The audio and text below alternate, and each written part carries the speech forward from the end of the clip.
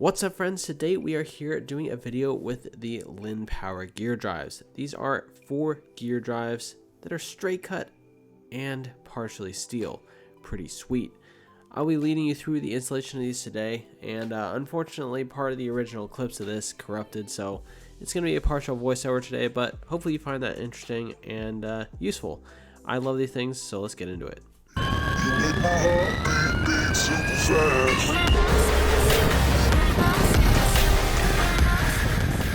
Alright, so first things first, what do you need to do this install? Well, of course, you will need the gear drives, which we have here, and then you'll need compatible trucks for them. There are 2 main options, or 2 models on the Linnpower website, and one of those is TKP/RKP/DKP, and then the other one is mountain board with mountain trucks. I don't really know what the clamp or attachment looks like for the mountain board one, but for the TKP, RKP, DKP one, they are going to be directly compatible with a lot of the existing trucks on the market, and you'll have to double check, maybe with support, that it's compatible with your exact board, but most of them should be good. In any case, we're using the Onsra TKP trucks, and they fit perfectly. It's also worth mentioning that you will need new motors if you don't already have a compatible setup. Linn sent me the 10mm D shaft one, so I ended up getting some 10mm D shaft motors from Flipsky. So thank you to Flipsky for sending those over for this project.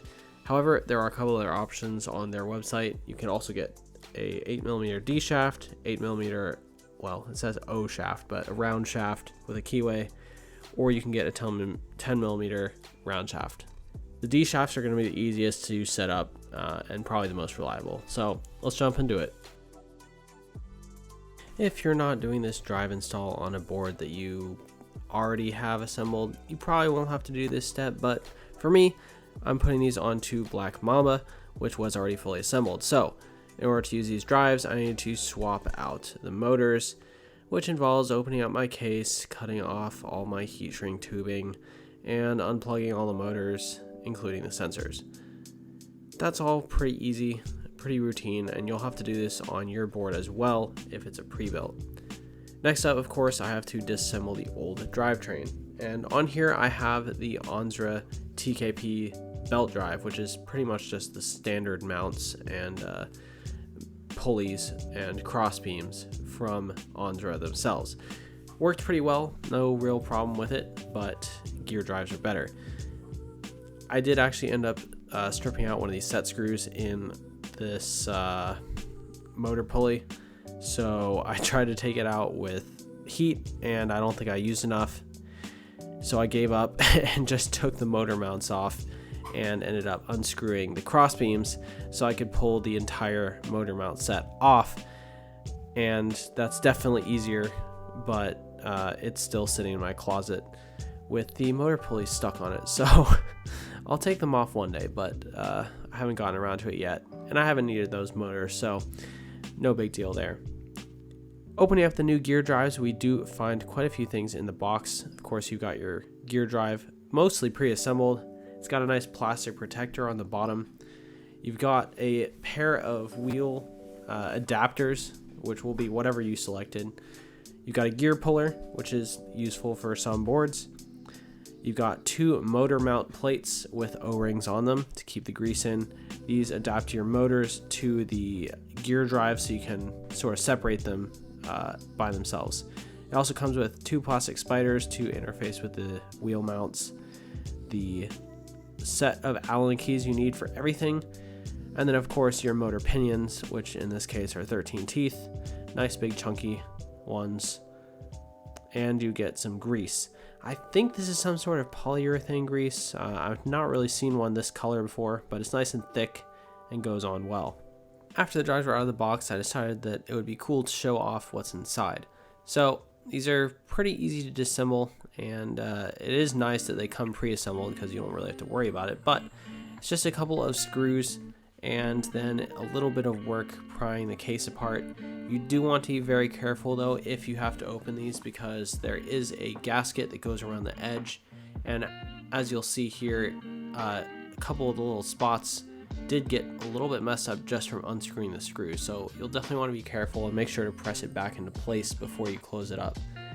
Nice to see that there though. Hopefully that means that these gear drives will leak less grease.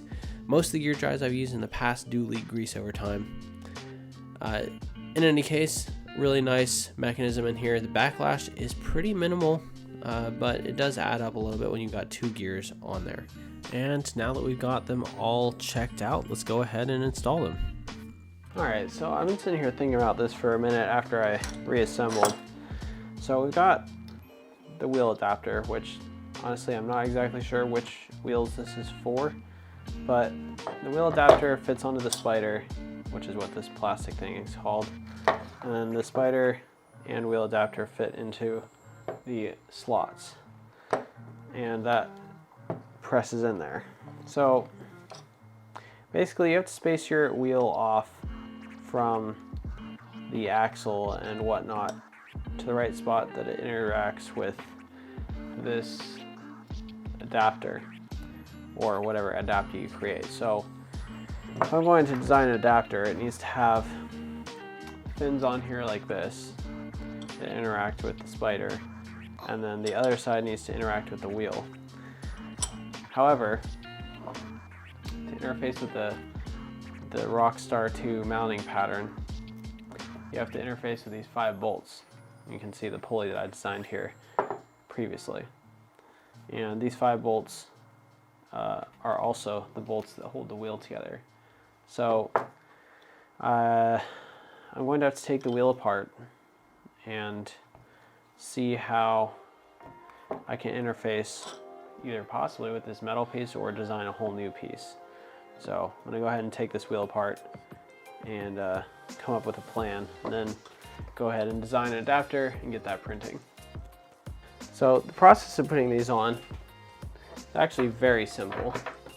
If you have wheels that are compatible with them already, this is not going to be a very difficult task for most people, because you literally slide it on and then it's 3 screws and the gear drive is mounted. So what I'm going to do is go ahead and mount these in the utmost position. Let me grab some screws. Honestly, you probably can use the same screws that the belt drives use, but I'm going to use the ones that come with the gear drives. Should be 6 in here. Go ahead and stick that through. Also, if you don't see the screw holes, that's because you don't have the gear, the plastic wheel gear, rotated in the right orientation to see them. You do have to have it rotated such that it lines up with the holes, so you can put the screw heads through. And then we'll go ahead and take the convenient yellow Allen key, pop that through, and pop that through. We've got 3 nuts to go in the back.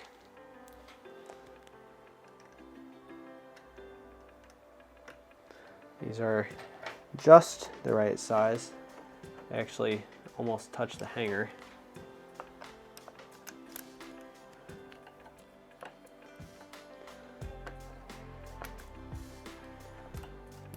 Tighten these down by hand. Now we grill up.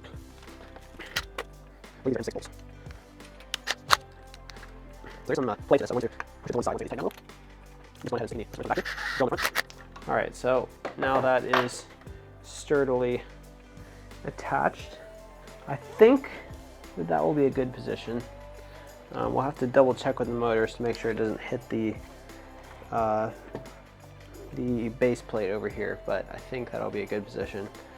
So in any case, that doesn't matter, because what we're checking here is the clearance to the gear interface. So let's go ahead and stick this in. Press that all the way down.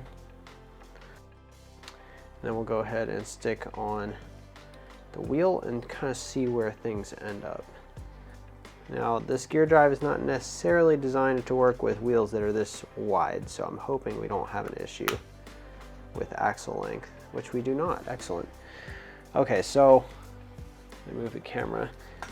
We are actually bottoming out on the screws here, which I kind of expected, so we're gonna have to use some shorter ones, but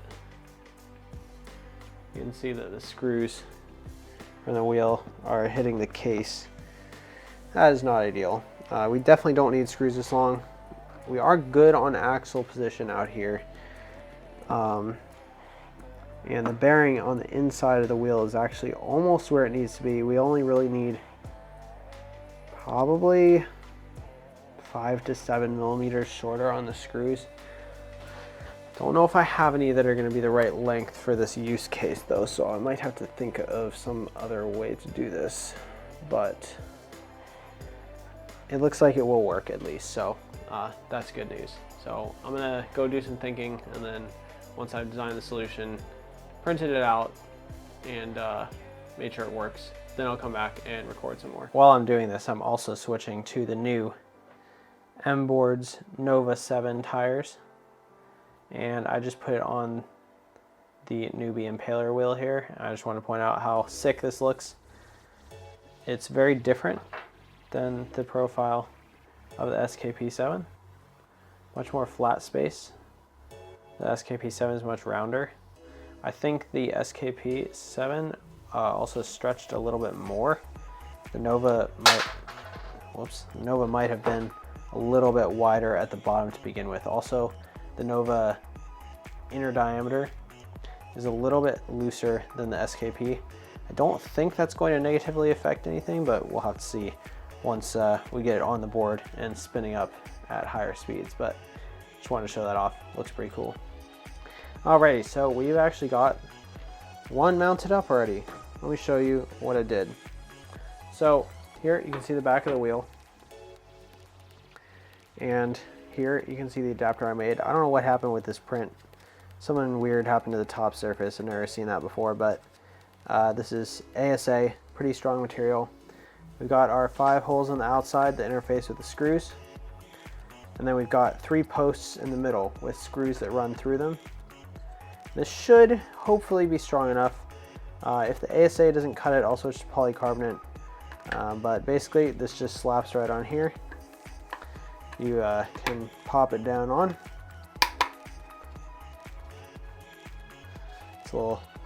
It's pretty tight, but pop it down on there. And then got 5 recesses here, and into those go the 5 washers.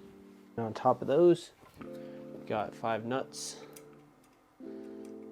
Loosely put these on. There we go.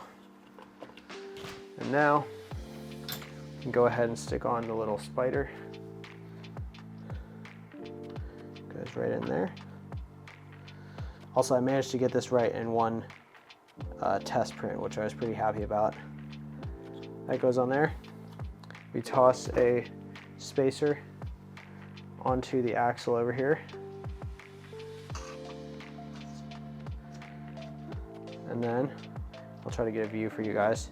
You just slide the wheel straight on, and it interfaces with that. Now, I think I can do all this and put the motors on after. We're gonna find out pretty soon here. I need to solder new connectors on the motors first though. All right, so before I solder the new connectors on the motors, I was checking out how these fit on here. So you got this plate. This plate screws onto the motor, and then the motor screws onto here. You can see the plate goes onto the drive, and then the screws that hold this plate on with the motor go in the other way. The nice thing is that when you got this plate, you've also got the gears. So your gear goes on here.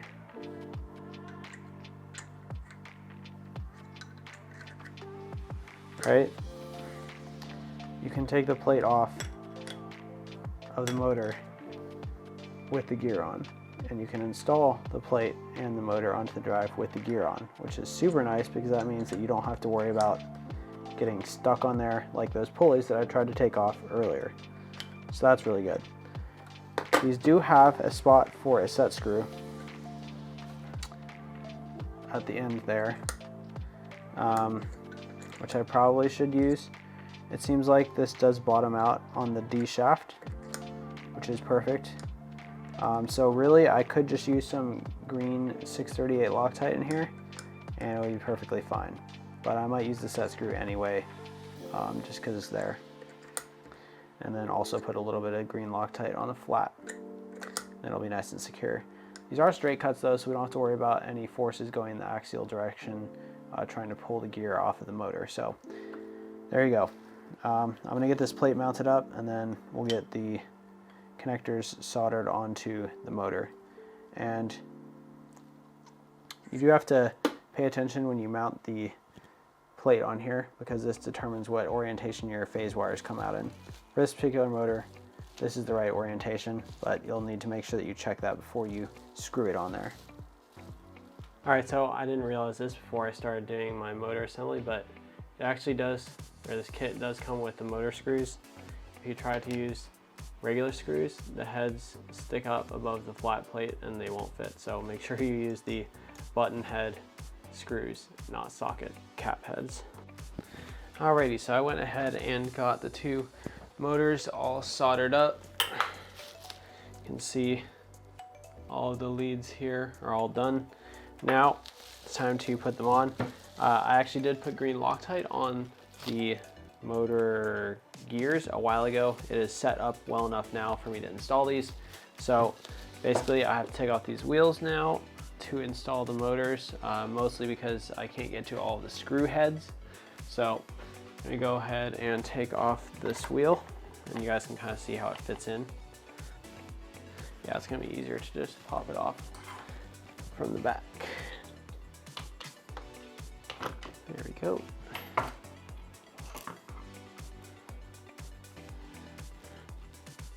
can kind of see how this slots into there. Not too difficult to understand.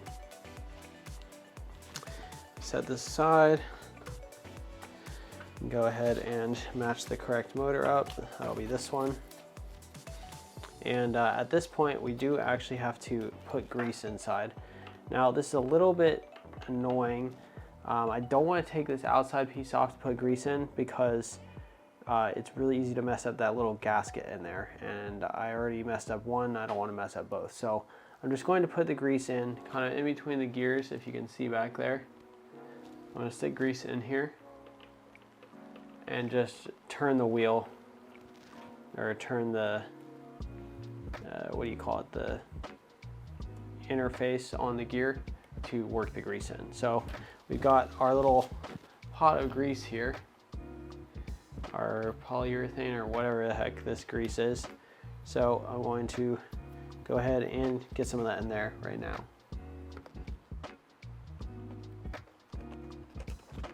Alrighty, so I got grease worked into both of the gear drives now. And now we need to take our M4x10 screws, carefully insert the correct motor, not that one, into the drive. And this should be pretty easy. You just need to line the gears up and slowly slot it in. Hopefully it's okay that a little bit of grease will get on the motor faceplate. It might leak a little, but oh well. And it's pretty easy to line up. There's very good alignment pin features. And then you're going to go ahead and put in the 5 screws that hold the motor on. And these are all pre-Loctited as well, which is pretty convenient. Really like the idea that you can take the motor off without taking the gear off and without disassembling the whole gear drive. That makes it very easy to swap a motor if you need to. And I do think that Newbee also has this option on their new gear drives, but I haven't used those yet, so I'm not sure. And there we go.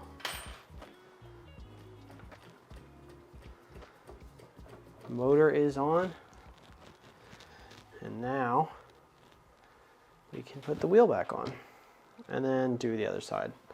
Again, super easy to put these wheels on with this quick interchange sort of thing.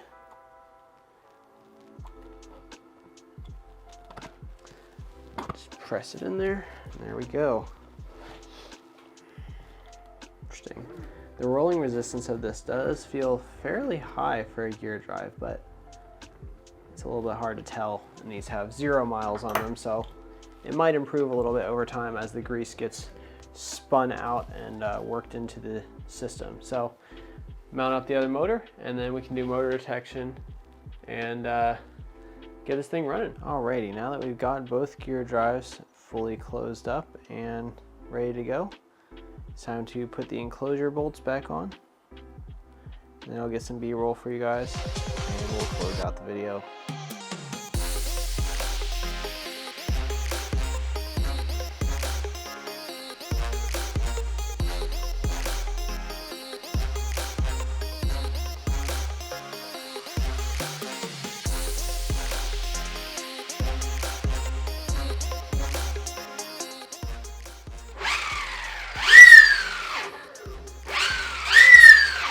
We have come to the end of this video, and I've got them fully installed. We got some cool shots of them, and now it's time to try them out.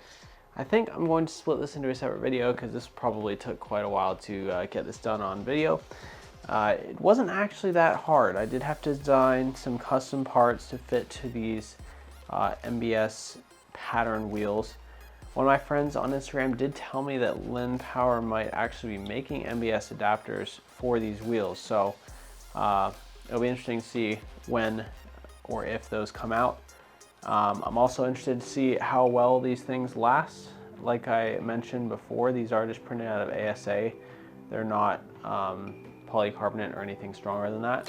I think they'll last pretty well, especially since I have screws strengthening those posts, but it is a lot of torque going through here, so we'll just have to see.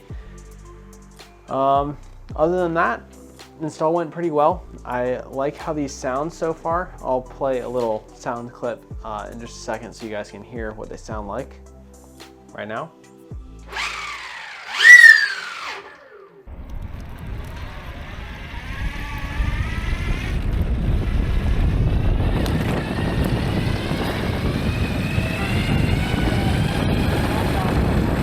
Pretty cool. I think I'm really going to like how these ride. The free roll seems to be pretty decent. The grease was mildly thick, definitely substantial grease, not something that's going to fling off super easily. So I think that these will do well, but we're gonna have to put them to the test and see. I will probably do a 100-mile review on these. I'm not exactly sure yet. Kind of depends on timing and what other videos I have going on. But hopefully you guys enjoyed this install video and found it useful. Try to help you see how these go onto your board or how they go onto trucks that are compatible with them. And yeah, I'm going to continue enjoying this board. I will record that first ride video and talk about the Nova 7-inch tires as well, because these seem like they're going to be pretty sweet. I have a feeling they're going to be pretty similar to the SKP 7s, but maybe a little less maneuverable since there's more contact patch, but that is yet to be seen. So thanks for sticking around to the end of the video, and stay safe, keep on riding, and peace out.